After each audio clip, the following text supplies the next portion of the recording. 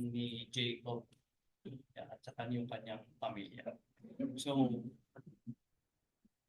first let us have a chronology of the significant events doon po sa aklat ng Genesis. Balik tanaw mga kapatid. So sa Genesis chapter 1 and 2, makikita po natin dyan, napag-aralan po natin, yung paglalang ng Panginoon. The account of the creation, wherein God created uh, from day 1 to day 6. I hope nakikita nyo dyan sa likod. Sa day 1, ang nilalang ng Diyos ay ang liwanag at ang mundo, the earth. In day 2, God separated the waters above and the waters below. Sa day 3 naman po, makikita po natin dyan na nilalang ng Diyos yung dry land at saka ang mga pananim, plants. Day 4, God created the sun, the moon, the planets, and the stars. No? Kaya hindi po totoo yung sinasabi ng siyensya o ng mga hindi naniniwala sa Diyos na ang universe niya ay nagmula lamang sa isang Big Bang, sa isang explosion. At doon pumalat at yan nagpaikot-ikot, naging mga planeta, naging mga bituin. Ang tanong po natin dyan, saan po nanggaling yung explosion in the first place? Yun po ang hindi ma-explain ng science. Pero ang sinasabi ng Biblia, sa aklat ng Genesis, ang Diyos ang may lalang niya in day 4 of the creation. So sa day 5, nilalang naman ng Diyos yung mga hayop. Yung hayop yung mga lumilipad at saka yung sa mga nasa tubig. And in day 6, God created the land animals and yung tao, si Adam. Okay. So, sa day 7, alam naman po natin, ang ginawa ng Diyos, nagpahinga. Hindi dahil siya ay napagod, kundi it's a total another lesson. Pero, ang ibig po sabihin nun ay God accomplished yung kanyang pagpapahinga, hindi yung pagpapahinga dahil siya ay napagod, kundi ito ay isang paglalarawan na siya ay na-accomplish niya yung kanyang gawain. So yan po yung sa Genesis chapter 1 and chapter. Also in chapter 2, mababasa po natin dyan yung si Adam and Eve doon po sa halamanan ng Eden, in the Garden of Eden. And they are in harmonious relationship with the animals. At sila po ay ubot-ubat pero wala po silang malisya. Sapagkat hindi pa sila nagkakasala dyan. At ang kanilang pagkain, yun pong mga bunga ng mga punong kahoy. In chapter 3, ito na po. Nung nagkasala po sila, they sinned against God because they eat of the forbidden fruit. Nang dahil po sa tukso ng diablo, kumain sila. So they were driven out of the garden. The fall, yan po ay kung tawagin ay the fall of man. Bakit? Mula po doon sa kanilang relationship with God,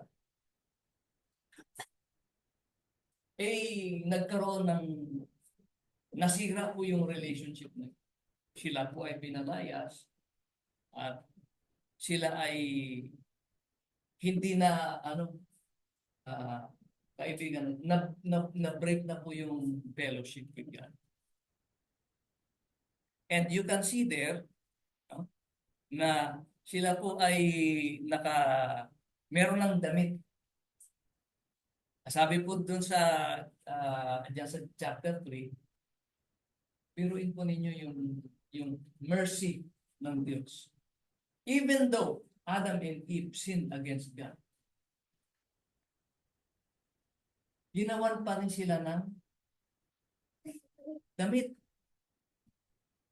Kasi po, kung inyo pong babasahin yung Genesis chapter 2 and 3, nung nagkasala si Adam and Eve, at nakita nila na sila ay hubot-hubad, nahiya po sila sa kanilang mga sarili. Kaya gumawa po sila ng damit na gawa sa dahon. Gumawa sila, siguro nagtahi sila, ano sila ng mga dahon. Yun po ang kanilang ginawang damit. But God, in His mercy, even when they were driven out of the garden, God made them cloths of skin, which prefigures the sacrifice of God. Bakit po? In order for them to have this cloth of skin, skins of animals, kailangan patayin mo yung hayop para makuha mo yung balat, which prefigures the sacrifice of Christ. Na si Kristo ay namatay para sa kasalanan ng sangkatao. So Genesis chapter 4, yan po, magbabasa po natin yung account ni Cain sa kanila. So, nung pinalayas po sa garden si Adam and Eve, nagkaroon po sila ng mga anak, mga kapatid. At dito po sa kanilang mga anak, si Cain at saka si Abel, yan po ang central character ng chapter 4. Wherein Cain killed his brother Abel. Bakit po nagselos po siya? Kasi mas tiningnan ng Diyos, mas kinilala ng Diyos yung hain ni Abel. Ito po ay napag-aralan na natin last year. Bakit po? The reason is Abel offered his sacrifice to God by faith. Mababasa din po natin yan sa Hebrews chapter 11. By faith, Abel offered a more excellent sacrifice than Cain. Eh nung nakita niya na mas kinilala yung sacrifice niya, nainggit po siya at pinatay niya yung kanyang kapatid. So yan po yung nasa chapter 4. So nagkaroon pa ng maraming anak si Adam and Eve. At dumami nga po sila. Kaya lang, sabi po diyan sa Genesis chapter 6, naging masama ang tao. Naging extremely wicked. Kaya ang plano ng Diyos, lipulin, linisin ang mundo. Kaya po, pumasok si Noah at sa kanyang Noah and his wife. Because the plan of God is to destroy the earth, to cleanse it. Because of the evil, yung napakasama na ng mga tao ng panahon na yun. Kaya lilinisin ng Diyos. Gugunawin niya sa pamamagitan ng baha. So pinagawa niya si Noah ng ark wherein yung mga hayop and only 8 people were saved. Si Noah and his family. So 8 lamang po yung naligtas, yung lumabas sa ark. At mula dyan sa 8 na tao na yan, dumami sila ulit. So, iisang lingwahe. Ngayon, siguro, nature ng tao na mag-isip ng kasamaan, naisip nila na gumawa ng tore. Papunta na a tower that will reach the heavens. Madali lamang po kasi isa lang lingwahe nila eh. Kaya ang ginawa ng Diyos, God confounds their language. Diyan po nagkaroon ng iba't ibang lingwahe. Kaya hindi po natuloy yung kanilang ginagawang tower. Kasi hindi sila magkaintindihan, iba-iba na yung lingwahe. So God confounds their language. So, naghiwa-iwalay po sila pumaroon sa kanilang mga dako kung saan sila tumira. And then, sa Genesis chapter 12, yan na po yung pagtawag kay Abraham. the fall of Abraham. And so, after this call of Abraham, marami pa pong nangyari dyan. Naghiwalay pa sila ni ano dyan, ni Lot, yung kanyang pamangkin. But then in chapter 15, this is where God made a covenant with Abraham. Pinagtibay ng Diyos yung kanyang tipan, covenant, yung kasunduan nila ni Abraham. Ang pangako ng Diyos na padadamihin yung kanyang lahi as numerous as the stars of the sky, as the sand of the sea, and all nations will be blessed through Abraham, through the seed of Abraham. So, sa Genesis chapter 19 po, since naghiwalay si ng tirahan si Abraham at si Lot po tumira doon malapit sa mga cities of Sodom and Gomorrah. Noong umpisa. Pero later on, nakijoin siya doon. Napag-aralan din po natin ito mga kapatid. Noong umpisa, nandito lang siya kapitbahay lang nila Pero nakijoin siya. Yun po ang pagkakamali ni Lot. Because the culture of that place is very wicked. Sodom and Gomorrah. And so God destroyed Sodom and Gomorrah. 4 po sila dyan na lumabas, kaya lang, yung isa po naging asin. Ayun.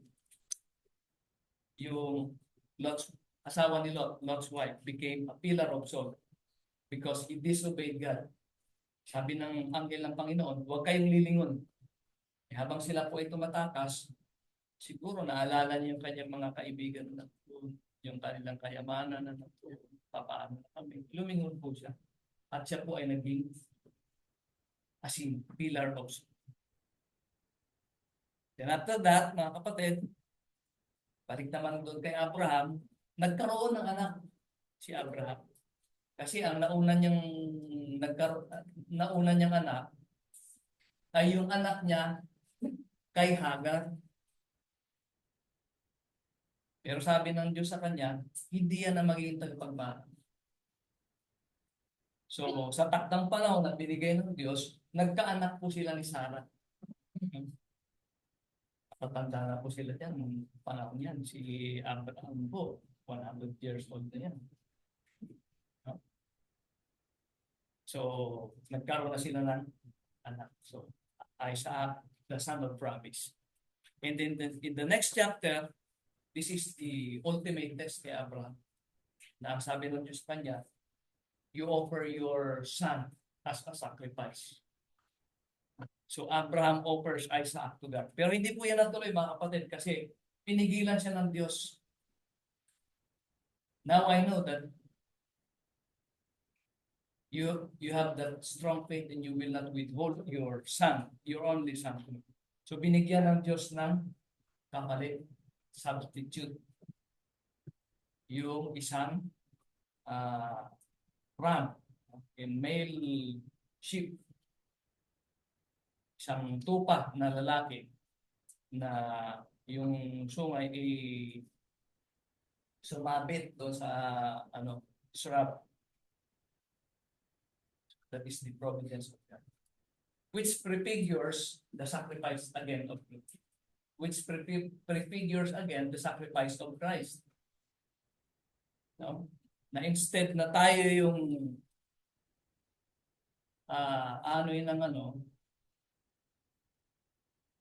the Lamb prefigures Jesus, the Lamb of God, who takes away the sins of the world. So yan po yung Genesis chapter 22. So in short po, si Isaac siya yung nagpatuloy na angkan ni Abraham. And then in Genesis chapter 24, since lumaki na ito si Isaac, si Abraham, sinugo yung kanyang alipin doon sa Padan-Aram. At ikinuha ng asawa si Isaac. Ito po yung si Rebecca. Nagkaanak po yan, si Isaac and Rebecca, nagkaanak po ng 2 kambal.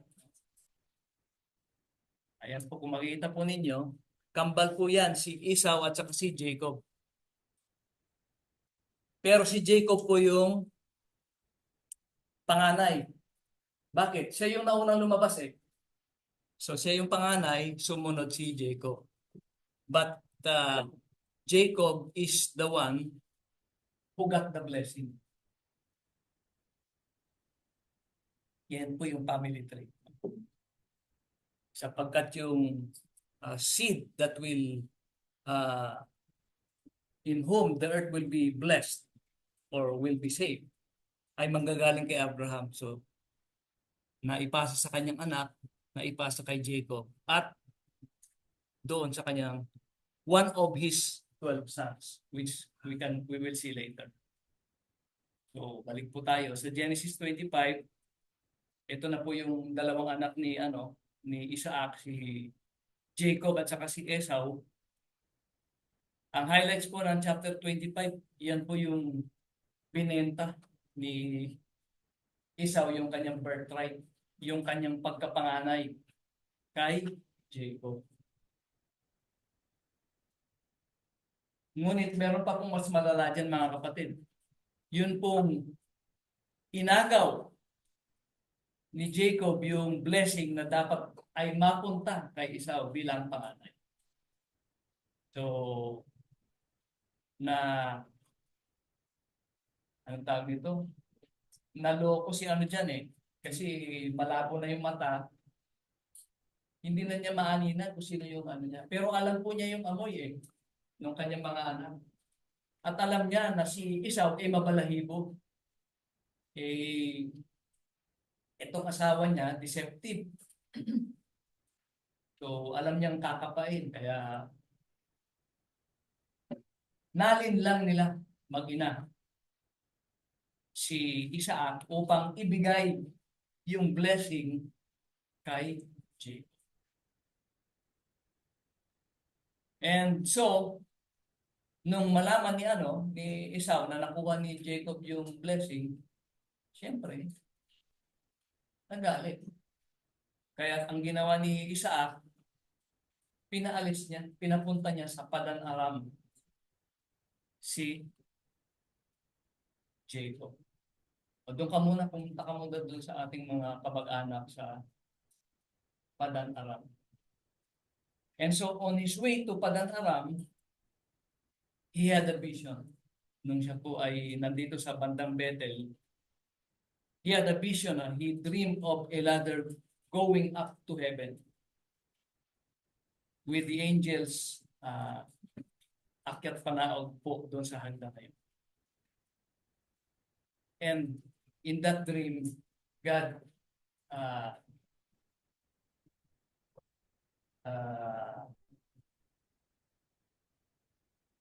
gave to him yung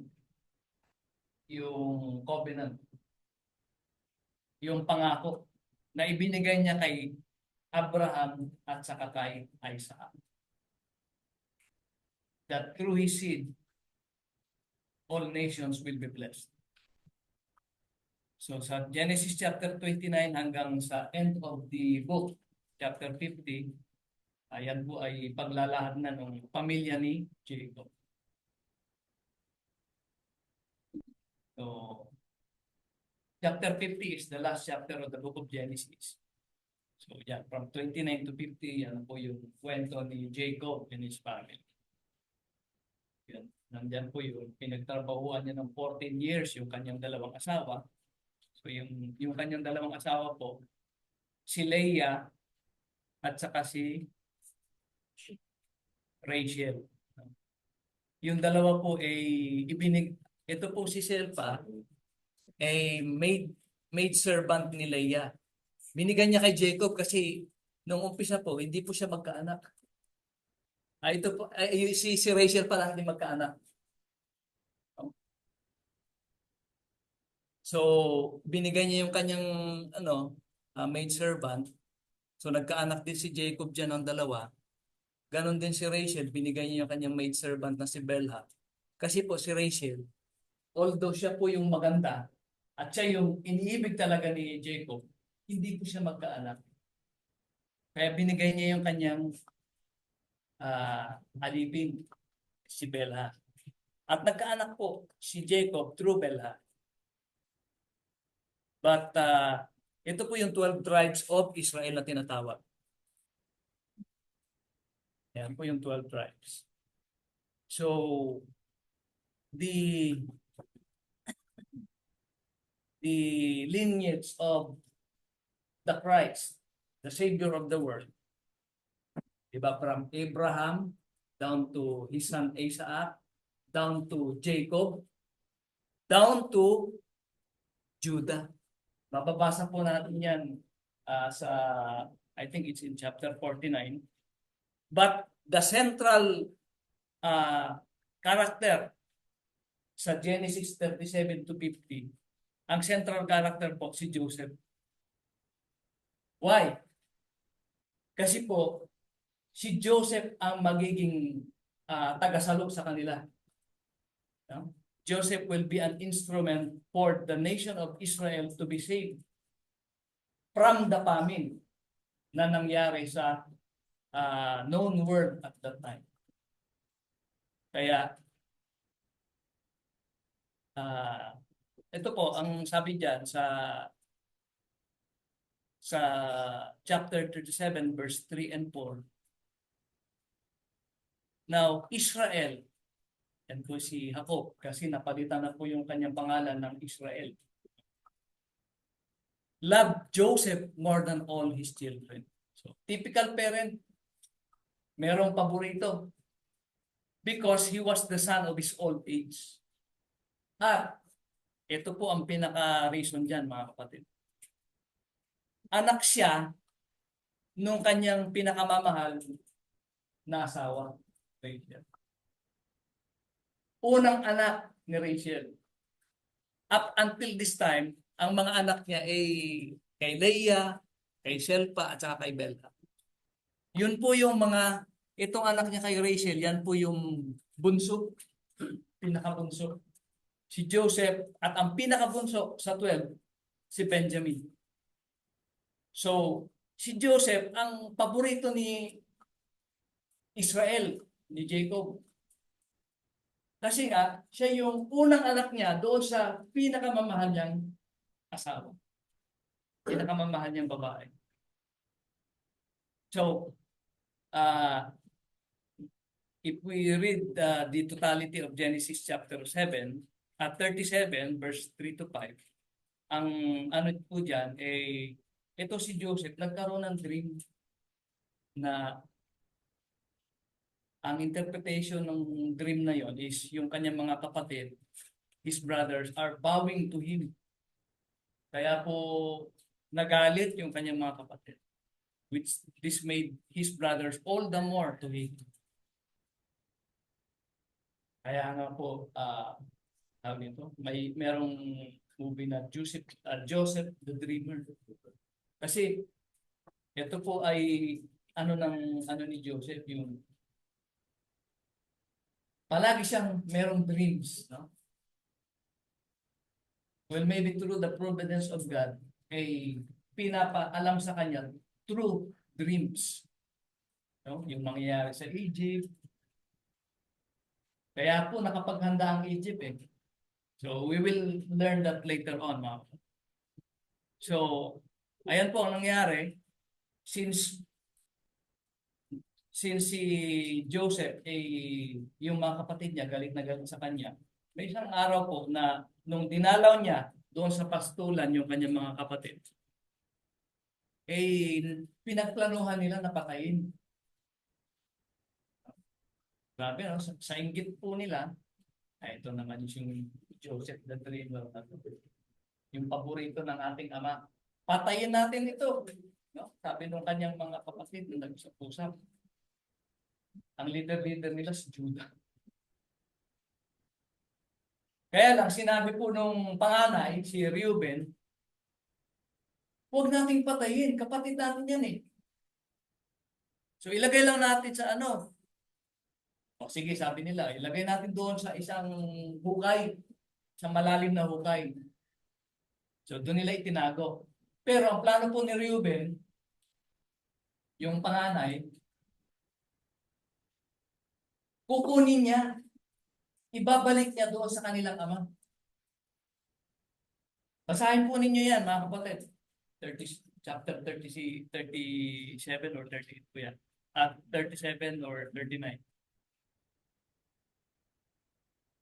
Diyan pala, 37. So his brothers, yun nga, nilagay siya doon sa hukay. Ngayon, nung may dumaan ng mga traders, Ismailites, ibinenta nila. Sabi ni Judah, what good is it kung patayin natin ito? Kapatid natin to, flesh and blood natin. Ibenta na lang natin. So, ibinenta nga nila sa mga Ismailites. At itong mga Ismailites, nung napunta sa Egypt, ibinenta din kay Potiphar. Yan po ay nasa chapter 39. Bakit po? Yung chapter 38 is parang side trip. Yung chapter 38 po ay kwento naman ni Judah, yung kanyang adventure. So, back to chapter 39, Joseph, dumating sa Egypt, ibinenta ng mga Ismailites kay Potiphar, who is a captain of the Egyptian guard ng Pharaoh. And I want us to notice this verse, chapter 2. Naka-highlight ko siya. Ang sabi ko dyan, the Lord was with Joseph. Alam po ninyo itong katagang, the Lord was with Joseph. This was repeated many times dito po sa account ni Joseph. And we will see as we go along na ang Diyos, because He was with Joseph, ito pong sabi nga dyan, he was a successful man. Kasi yung pagpapala ng Diyos ay na kay Joseph. And what made Joseph special in the sight of God, that God was with him wherever he may go. No? Makikita po natin later on. So sabi po doon sa next verse, verse 3 of chapter 39, and his master saw that the Lord was with him, and that the Lord made all he did to prosper in his hand. Yung success na caused by or tinatamasa ni Joseph, it was because of the Lord. The Lord working through him. The Lord made all he did to prosper in his hand. Kaya nga po, sabi niyan sa verse 4, Joseph found favor in his sight. Doon sa kanyang master na Egyptian. At ginawa po siyang tagapamahala ng kanyang buong sambahayan. Ayan po, he made him overseer of his house, and all that he had, he put under his authority. Except po, yung kanyang asawa. Siyempre. Pero yun pong asawa na yan po ang nagbigay ng problema kay Joseph. If we read further.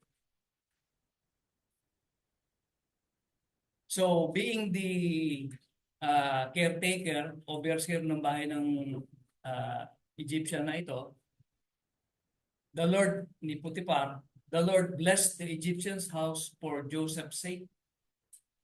And the blessing of the Lord was on all that he had in the house and in the field. Dahil po dito sa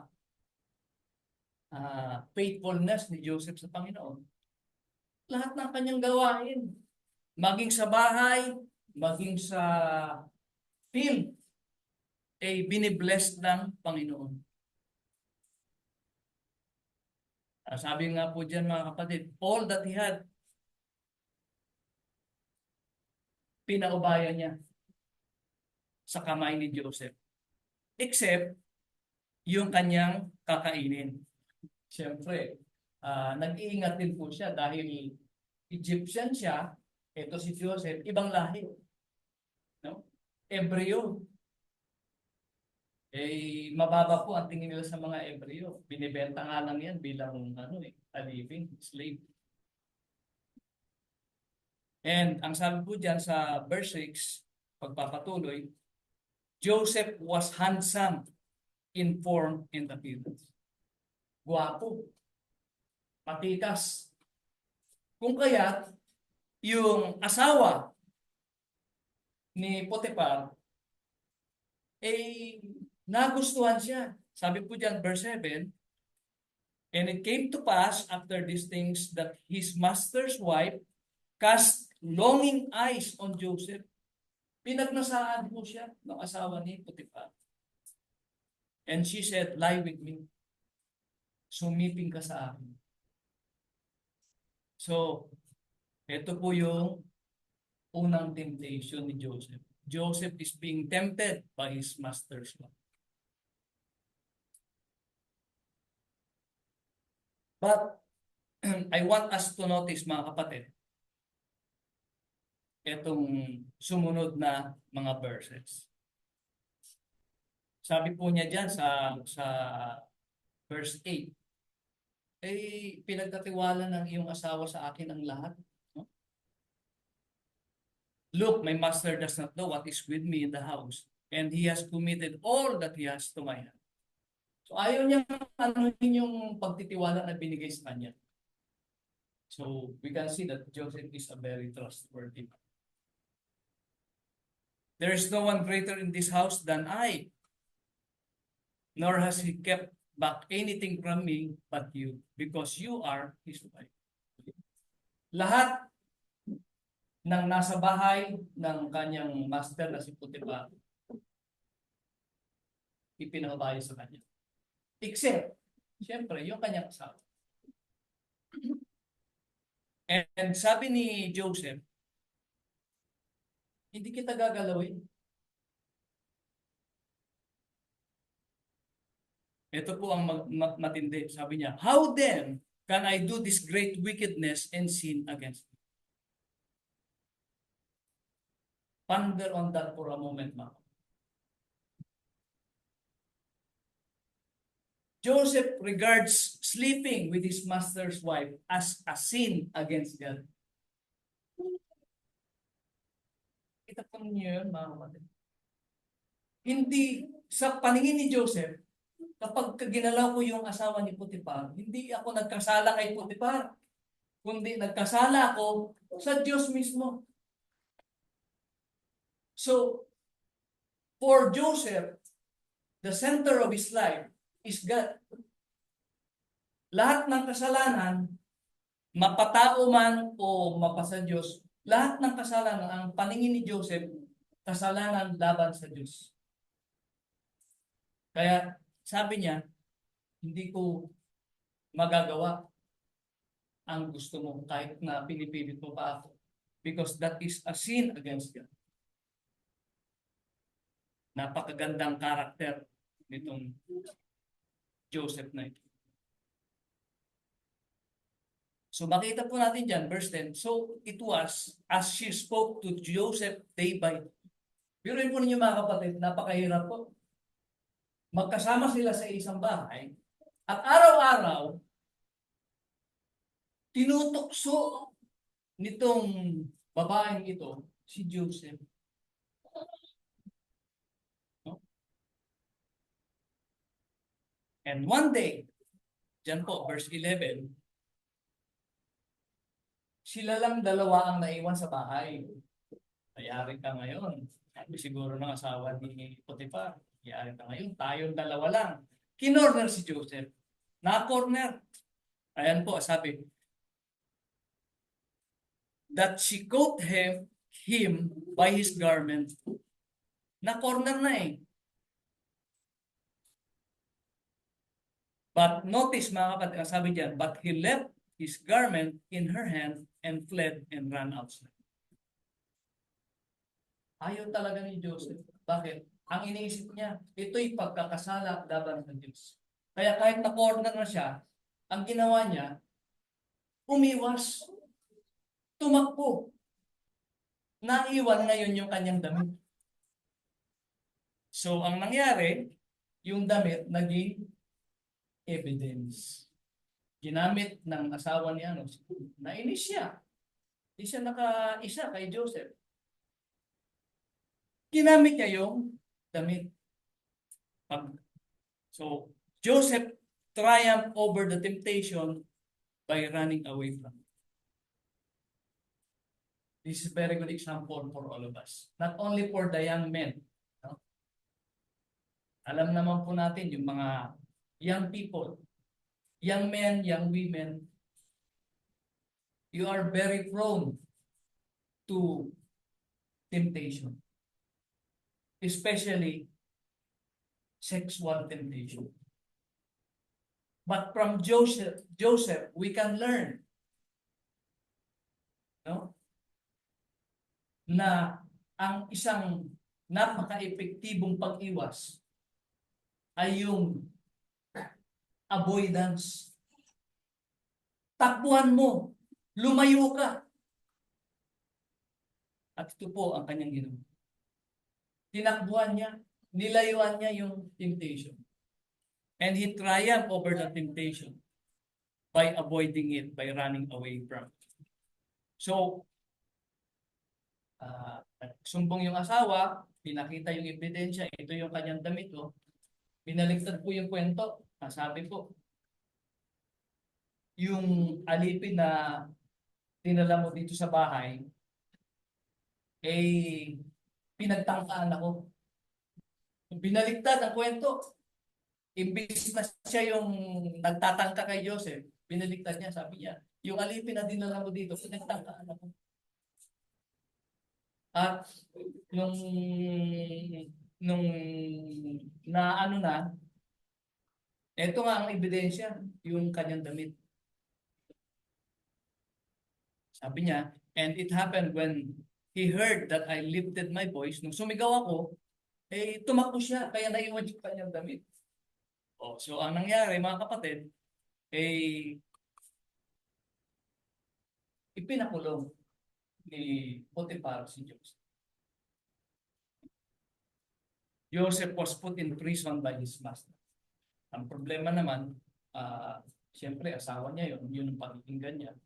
Nung nagsumbong, hindi na siya siguro nag-imbestiga, agarang pinakulungan niya si Joseph. So, Joseph was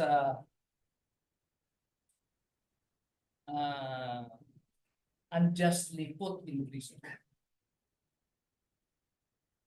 And then verse 21, the next verse, but the Lord was with Joseph. Again, mga kapatid.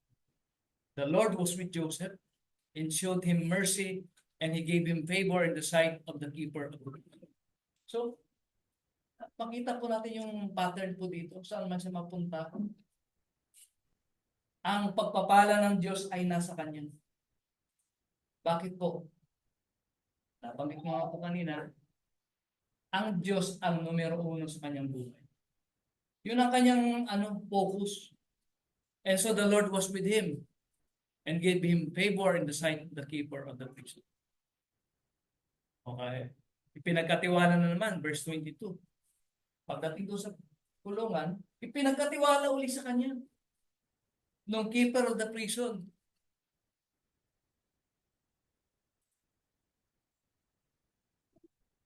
Sabi po dyan, the keeper of the prison did not look into anything that was under Joseph's authority.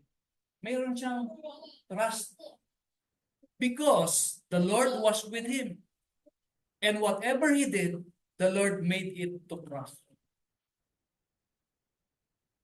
Isang napakagandang lesson, mga kapatid, sa atin. That if we follow the example of Joseph and we